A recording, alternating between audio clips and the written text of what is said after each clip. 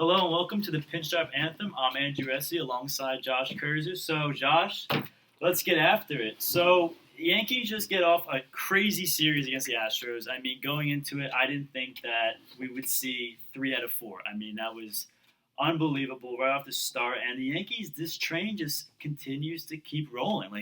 What do you think so far? I mean, how can you not be impressed? Every game they show up and they play and they battle. And they're doing it without great starting pitching, like we saw in the Blue Jay series. And Houston comes in, they get Altuve back. They're almost at full health. Springer wasn't there. But, that's a series you're worried about. And we talked about it last week. You said you think they're going to lose a series. I anticipated a split. And they just keep battling through it all. I was at the game Thursday night with the weather delay, with the rain, and Torres comes up. It starts pouring. Everyone gets up. They start going. And I'm like, all right, they're about to call this. Let's go find somewhere inside. And then next pitch, he goes into Monument Park. It doesn't matter. You can throw anything at this team, and they just show up, and they battle through it, and they rack up the victories. Yeah, and I think that, you're seeing, you just mentioned it, kind of just fighting through adversity. You had earlier in the season everybody kind of go down, and it's kind of like, oh, well, where are the Yankees going to be? And now it's like you're starting to get the pieces to the puzzle back. You get Judge back, you have Stanton back, and obviously he just got hurt, but we'll talk about that in a little bit. But, you get Hicks coming back. You have guys that this is the Yankee team that we expected, right? And now, obviously, there's going to be bits and pieces we might get from, possibly Bumgarner, Trevor Bauer. Those are guys that we want to get that maybe later down the road. But right now, this lineup that they rolled out against the Astros, that's probably the lineup you're going to be seeing later, especially on into the postseason. So to see them just, absolutely destroy possibly the best team in baseball. They manhandled the Astros. It wasn't like it was really a competition in some of these games. And it looked so easy for them, and they just keep hitting. 7 runs, 10 runs, and, you lose to Verlander the last day, whatever. Yeah, you don't really get a chance to win. But the two biggest differences between the team last year and this year is the timely hitting with runners in scoring position, and beating up on bad teams, which is what we see them do on Toronto. Exactly. Last year, they would struggle against Toronto. They would struggle against Baltimore. Yep. Some of these games where they have to pick up series, they would drop 2 out of 3. They would split a 4-game set. And they're not doing that this year, and especially now that they're all healthy, we are worried about now that the big guns come back, Judge is back, Stanton's back, do we start seeing more strikeouts? But it's guys like LeMahieu who just continues to do it over and over and over again. It's now you have Gary Sanchez who stopped striking out. He's turned himself into a complete hitter, and then he can shorten up his swing and drive a single into left field and pick up an RBI or find a grounder through a hole with 2 strikes. And it's everybody stepping up and filling in and doing not only what's expected of them, but the things that we anticipated to be weaknesses are now turning into strengths for this Yankee lineup, and that's scary. And I think that this is kind of, this Yankee team, they broke this streak, what was it, yesterday with the home runs? Yep, and then they extended it even more. So, but it's like you see a team that's hitting this many home runs, and you think, well, they're just relying on the home run, and that only gets you so far. But you mentioned these guys, LeMahieu, and you mentioned Hicks and Urshela, and even when Cameron Maybin was up and down on the lineup, these are guys that are getting timely hits, base hits. We saw a lot of last year. What the Yankees' Achilles heel was that if they didn't have Judge hitting a home run, if they didn't have Stanton getting runner on third, 2 outs, exactly. Runners in the corners, things like that. If there was 2 outs and there was a man on third base, there was a good chance that guy wasn't getting in, and even with 1 out, because. Okay, unless if you had a guy up at bat that's going to hit the ball to the outfield, which obviously you're professional. But it's a lot of strikeouts. But it's a lot of strikeouts, and that's just it. And you're leaving guys on base. They're getting the timely hitting. They're playing right now how we expect them to play, and I am blown away by what we're seeing. But it's I'm going to check the date. It's June 26th. What is going to happen in the next couple months? We have All-Star break coming up soon, so. That could be, I think, probably the worst thing for the Yankees. That's like anything, a hot team at halftime hates halftime. It's the worst thing. But we're going to see really that's the test. How do the Yankees rebound from the All-Star break? And the one thing, and nothing is perfect as much as you would like it to be, the starting pitching, it seems like more and more it goes from a want to a need. Oh, it's more than it's easy when you saw Paxton today. He was horrible. The first 3 batters against walked a Blue Jays team, home which run. I think yesterday Michael Kay was talking about it in the broadcast. That the ball doesn't leave the ballpark with them. They struggle to hit the ball past the center fielder. Like they're a bad team. Yeah, you know? and the thing is, that's fine. And I was watching the game today, and I was working, so I was listening to part of it on the radio. And the Yankees go down 5-0, and you're thinking they still have a chance in this game. They honestly have probably a pretty decent chance to win, and it's fine when it's the Blue Jays. But you go down 5-0 to Boston, No. you go down 5-0 to Houston. No. Any of these teams that are in playoff contention, you're done. You can't have guys go out. And CC did the same thing the other night, where he eventually settled down and ended up getting through 6, which I think speaks to his character a lot and how he is able to fight through that adversity. But even then, you can't be spotting teams' runs. I don't care how good your offense is. There's going to come a time where you get set behind and you can't come back. Yeah. And I mean, you started to see the series. I mean, and I think that the Yankees just rolling really started with that Chicago series. They played, at the White Sox, and they took care of the Rays, and we just saw obviously with the Astros. But you mentioned this before we came on. The Red Sox series has my eye because I know the standings right now. I think the Red Sox are 8 games out. Right Yeah, now? and I don't know what Boston's doing today, but the Yankees won today, so they picked up a half game there. So, I mean, that's the team that still scares me. I mean, the Rays obviously right now are in second place, but I don't know how long that's going to last. But if you continue to win 2 out of 3, and Boston's, I mean, they're helping us out. Honestly, like there are games just the other night they're playing the White Sox. And these are games that you expect themselves on the mound today, and you can't win.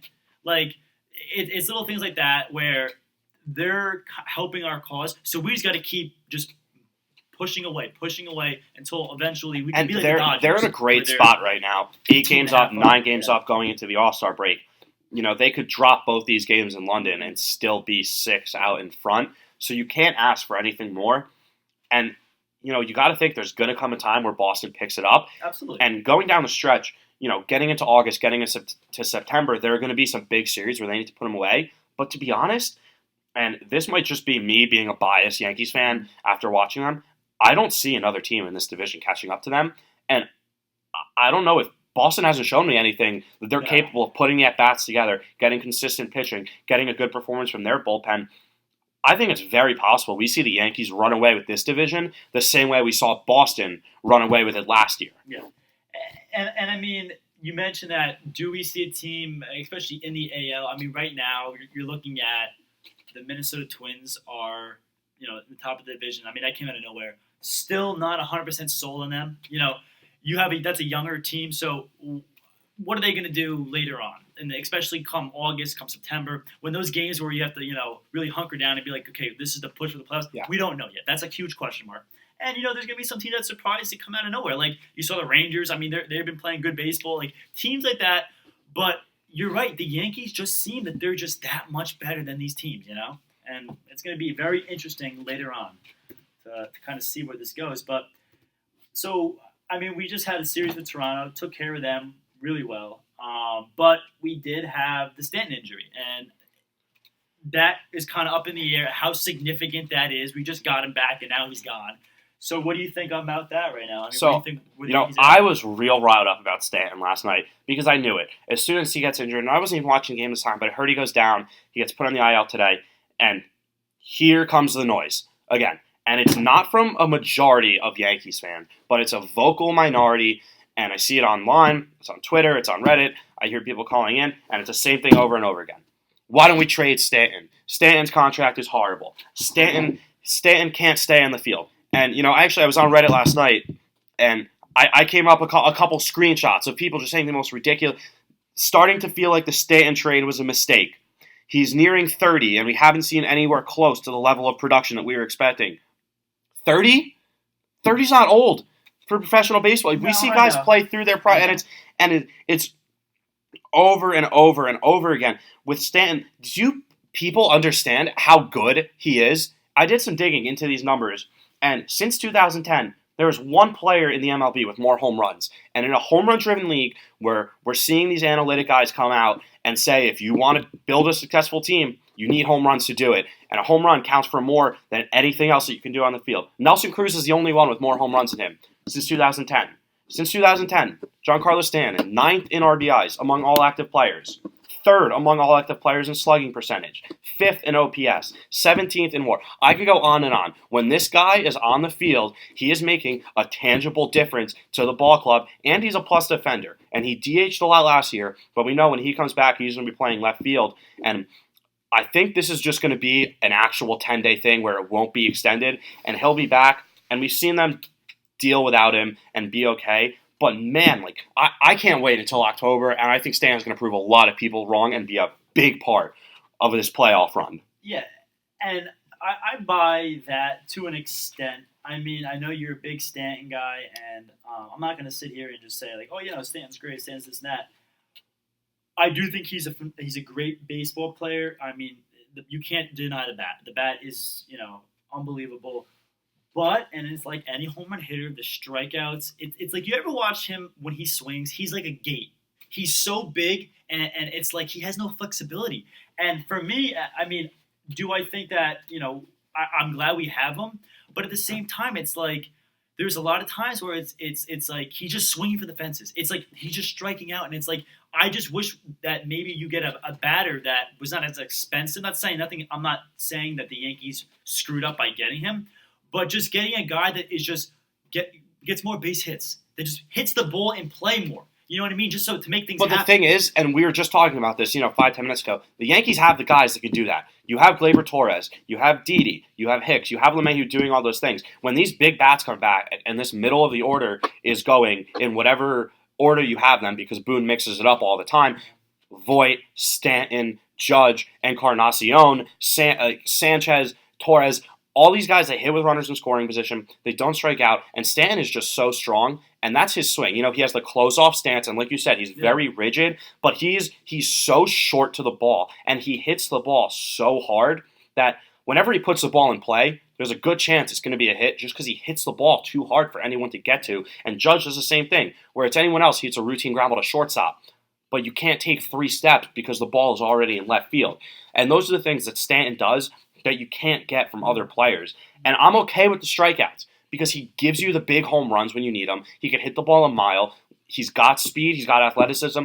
He's a plus defender. And I mean, I just read off the numbers. That you're not getting that production from nearly anybody else in baseball. So when he's not on the field, this is a different team. And they're a team that can win despite his absence. And we've seen that. It's been proven over and over again. But you need everybody there in the playoffs. Injured teams do not win championships. It's a part of the game. You need to be healthy, and if he's healthy, he will be a difference maker. I have no doubt about it. And I mean, he was on a pretty bad team in Miami, so you didn't see any playoffs there. And I'm just pulling these up, and I mean, I understand everything you're saying, but I mean, I have it right in front of me. Last year, I mean, the 2 series the Yankees were involved in, the one with Oakland, which is the 1-game series, so you can't put much into that. But then the Boston series, I'm looking here, 4 games, and it was in 18 plate appearances. He got 4 hits, and that's coming from what was he batting 4-3? Okay, right. But you said it yourself. How many plate appearances? No, I understand. It's 18 plate appearances, 18. And was this not the first time he was in the playoffs? I mean, do we remember? But it's 6 strikeouts. That's almost half of his at-bats in the playoffs were strikeouts. It's 18 plate appearances, though. You can't put stock into that. Okay, and that's all we have. That's all we have to look at. Like, you know what I mean? And I'm saying it's not enough, so we shouldn't put any stock into it. What did we think of A-Rod before 2009? No, it was the same story. A-Rod's he can't come up with a big hit. He does it all in the regular season. That was the A-Rod series. That was A-Rod. I don't care what anybody says. You can say Hideki Matsui, and I get it. Hideki had the World Series, but Alex Rodriguez got him there. You know what I mean? No doubt. The Yankees don't get there without A-Rod. 100%. I mean, he was, and by the way, that's another thing. A-Rod, I think that was 2009. A-Rod was, I think, 35 at the time. So that's a post-prime A-Rod that you're seeing. Like this Stanton, and it's not like he's injured all the time. People say, you look last year, he played 158 games. The year before that, 159. Mm-hmm. Only one time in his career has he played under 100 games. It was in 2015, and I think that was the year he got hit in the face, right? And he had the whole issue there with the face guard. But it's not like he's injured all the time, and I feel like it's just this recency bias thing where now there's always got to be a scapegoat. Like, everything is so good in Yankees world, and you look across the town, and, like, if Stanton's on the Mets, and, like, this is going on right now, do you know what the Mets would do for a hitter like Giancarlo Stanton? I mean, and so there's got to be someone to boo. You know, it can't be all good, and I feel bad because right now Stanton is the scapegoat, and it shouldn't be that way. And I can't. And it was Sanchez last year, and now it's Stanton, and he's too talented to not show up in these big moments. And we're gonna see it. I have the confidence, and I think he'll be back after this 10 days. And he's not even missing games. So they have 3 days off. They go to so he'll miss the Boston series, which and is then whatever. I mean, and then maybe he's back for the Mets. Maybe he's not. Whatever it is, this is fine going into the All-Star break. But I'm fed up with the disrespect, with the Giancarlo Stanton disrespect among the Yankees fan base. It's ridiculous.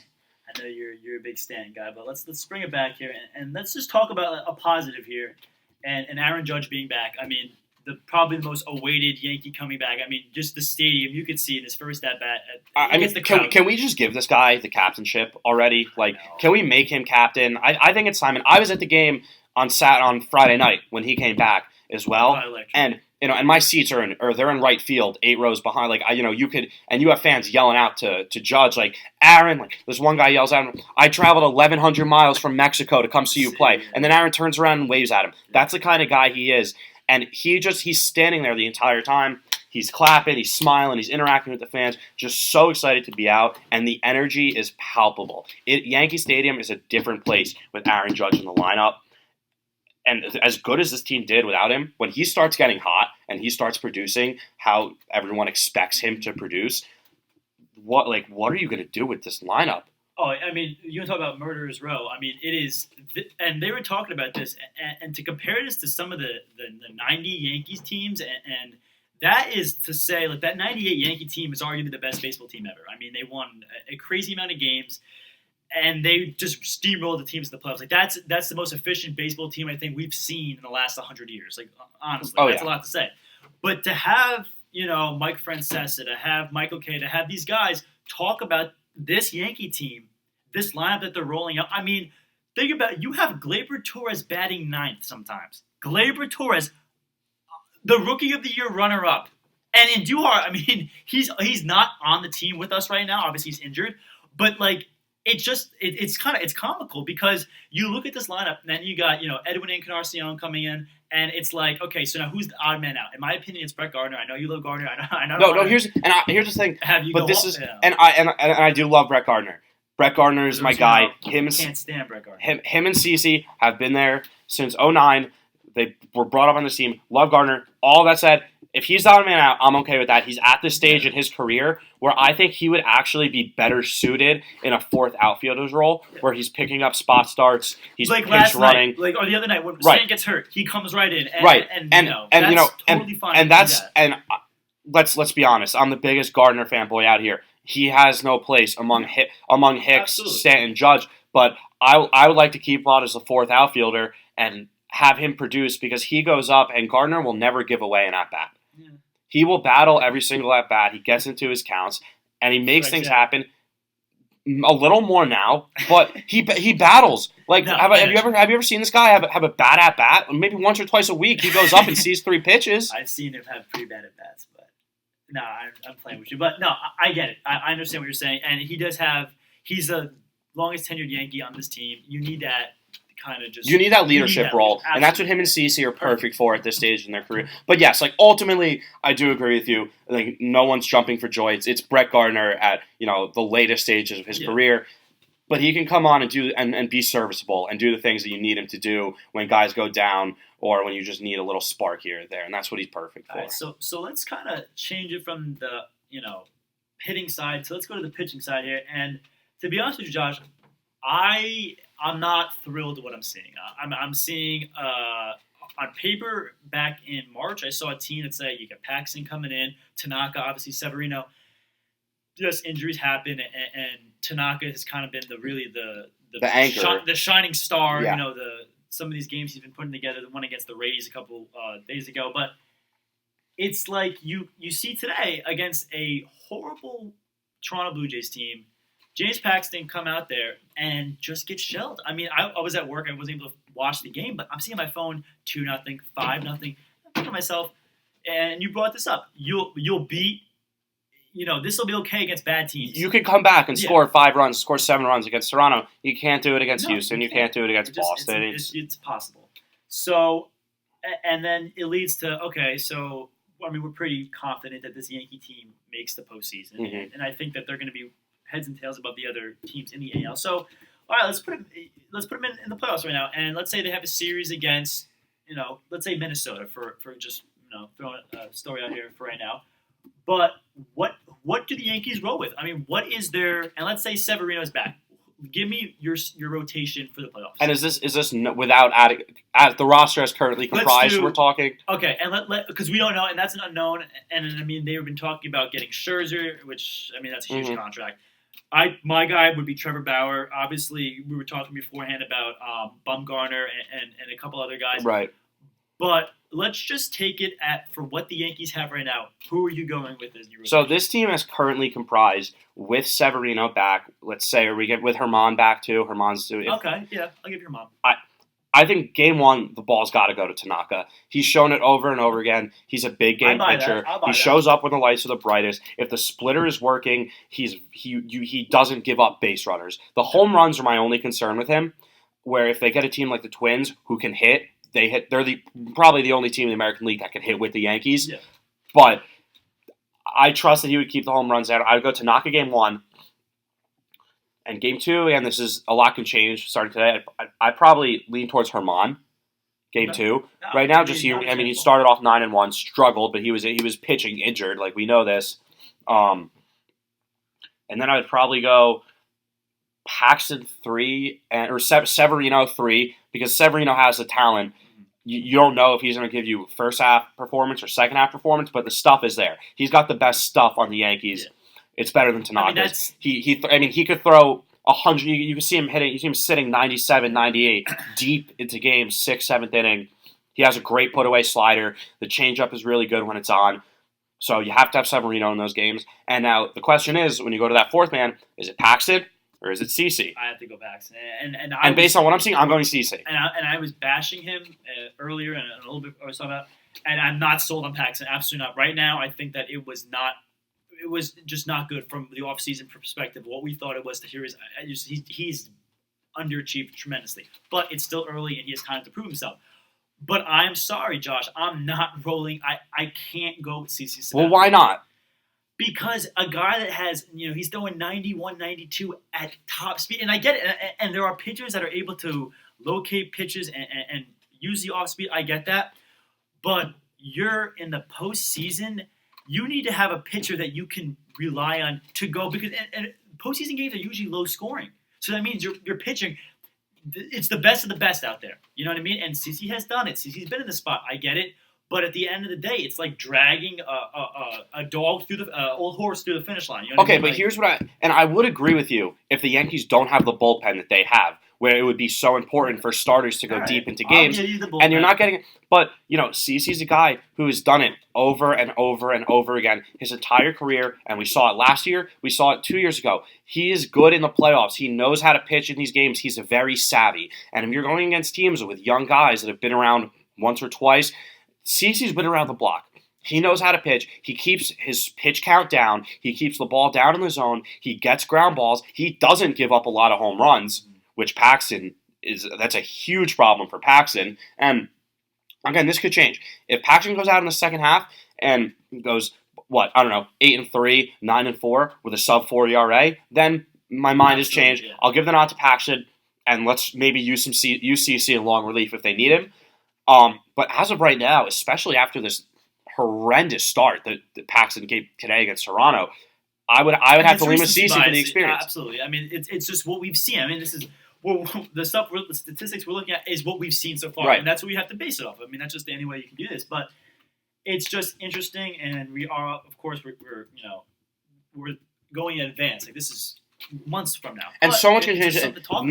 Not only. Or the Yankees roster is going to change. Everybody's looking to make deals. Oh, absolutely. You think the Red Sox aren't trying to get better? You think the Red Sox want to settle for a wild card? No. You think Houston doesn't want to make improvements and catch up? Everybody right now the Yankees are the top dog. There's always that splash at the end, and it comes right before the deadline, and you're going to see it in the next couple weeks. Who a team does it? You saw Keuchel being brought up by the Braves, and I give the Braves that team a lot of credit. Kimbrel where did Kimbrel go? Chicago, right? Kimbrel, Chicago. So you see teams now starting to make moves where it's past April. We're not in May anymore. We are starting to figure out the stuff that these teams are made of across the league. and what they need to improve on, and there are going to be some pretty big splashes. Guys we're probably not even thinking about right now. Really. And also, I mean, the Yankees, Cashman, it would be an idiot to get another. I mean, you're focusing on pitching. If you don't even entertain the idea of getting another hit, you don't need it. Right. I mean, they already made that move.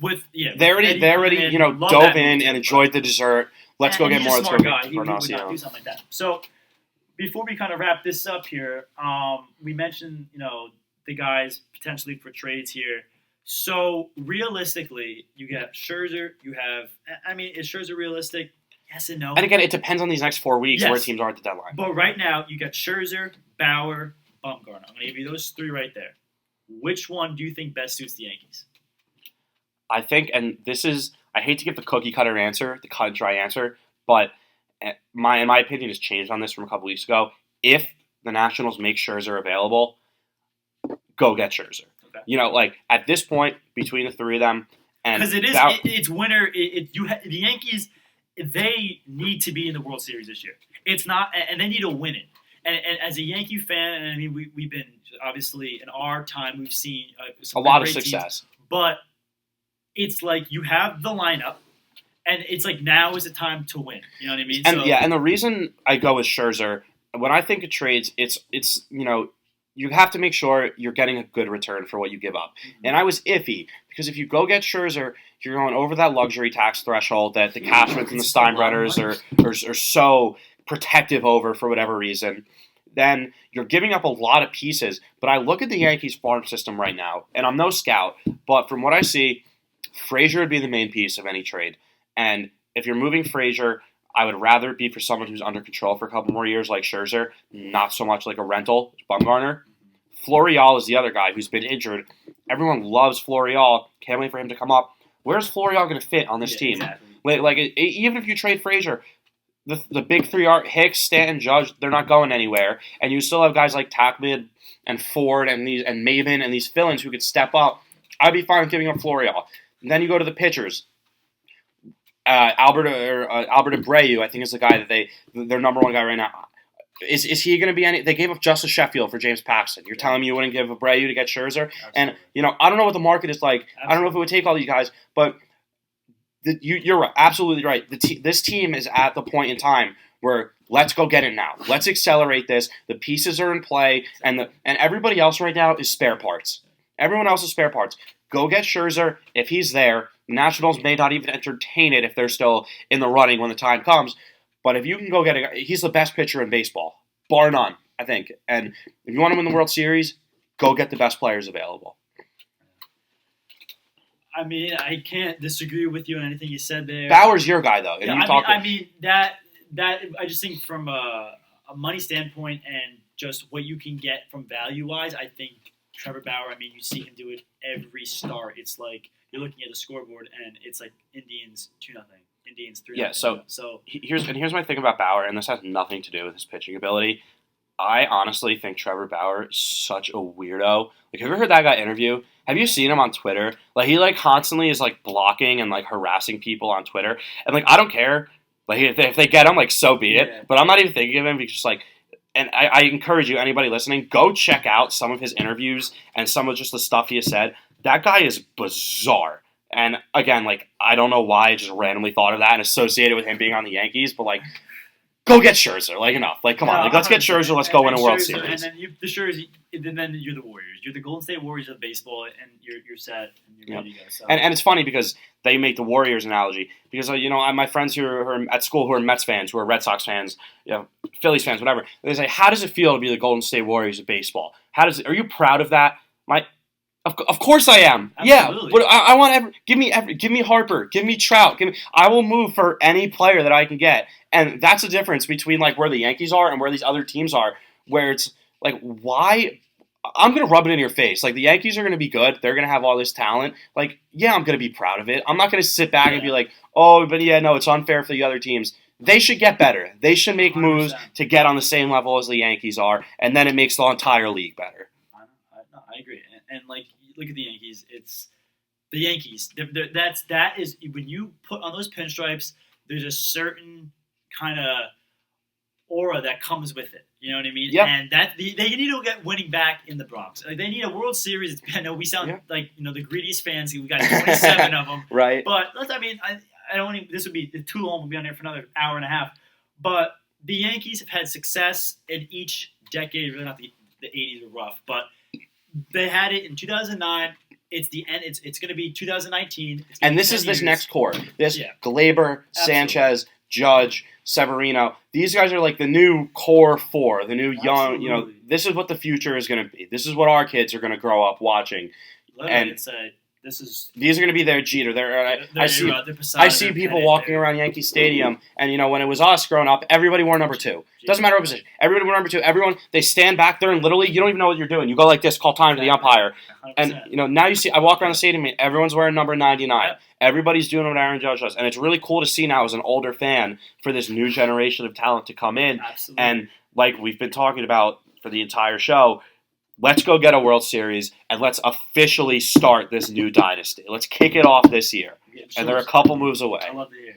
All right, so before we wrap this up, I like to do this at the end of each podcast and just kind of give picks for the next 2 series coming up. So we'll keep it short here. It's only 4 games: 2 with the Red Sox, 2 with the Mets. The Subway Series that one has my eye. I think that's going to be better than this Red Sox series. I mean, they're playing in London. It's cool. I think they're trying to do what the NBA does, getting global, and I think it's great for baseball.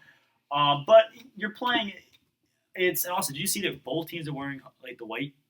Oh, really? Yankees are wearing pinstripes. Why? Because they want to. It's an away game for the Yankees, but they want to have the pinstripes be shown in London because like everybody knows. But why don't they just tell Boston to wear the grays? I don't know. That makes no sense. That's I don't like that. I'm taking this from Michael K. So Michael K, if you're listening, this is on you.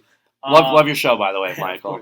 And that both teams will be wearing the home uniforms. Now that is not 100% confirmed, but that's what Michael K said. So Michael K says usually. I like Boston's grays better anyway. Yeah, really. I don't know, but yeah. But back to the picks. Let's do the picks. So we have 2 games against them. What do you think? I'm taking them. I'll take them.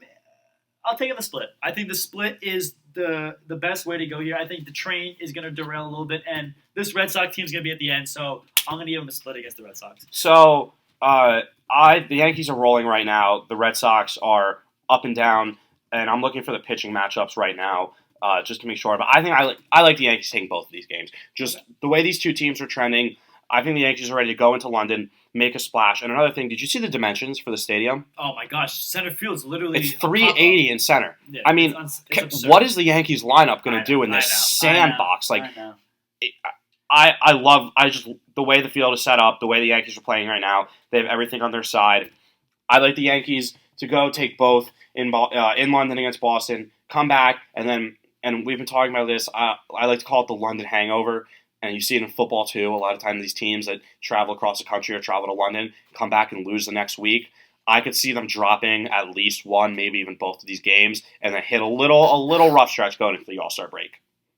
Because you can't win these games forever. No, you can't win every game on the schedule as much as you'd like to, Yeah, and then you have the Subway Series with the Mets, and I gotta love what I think the Yankees take those 2 pretty handily. I don't think that the Mets. I think the Mets are right now just being the classic New York Mets. Are the Mets even have a manager by the time that series comes around? I mean, that's why I'm taking them as if you come out of this the next 4 games 3-1, you go in a series against the Rays, and then you get All-Star break coming up in a little bit. I just think the Yankees are in a really good position, and I think, Josh, we've kind of hit all the points we wanted to, that this is the team that we're starting to see come together that we all expected, and it's going to be exciting for the next couple months. And we talked about it a lot last week, how this homestand was really a benchmark homestand for them, where we got to see what are the Yankees made of. Absolutely. We know they can beat up on the weak divisional teams, but can they beat Houston? Can they beat Tampa in a big series? And the answer, a resounding yes. Absolutely. So, if you weren't confident before, confidence is at an all-time high right now for this Yankees roster, and hopefully they're only going to get better, and Cashman's only going to make improvements as we go. All right, so I think that kind of wraps everything up. We kind of got our last points in. So on behalf of myself, Josh, and everybody that makes this podcast happen, we hope you tune in, enjoy it, let us know what we do good, what we do bad, and we hope to see you guys next week. Thank you. Nice. Good. Good? All right. All right. Word. Awesome. Another one in the books. Another one in the books. This is still recording because it locked up on your thing. So. I'll try to get this one up tonight. Last one was weird when it downloaded from the email. Like literally, it was just like squares of your face were all like it's completely depixelized. Jeez.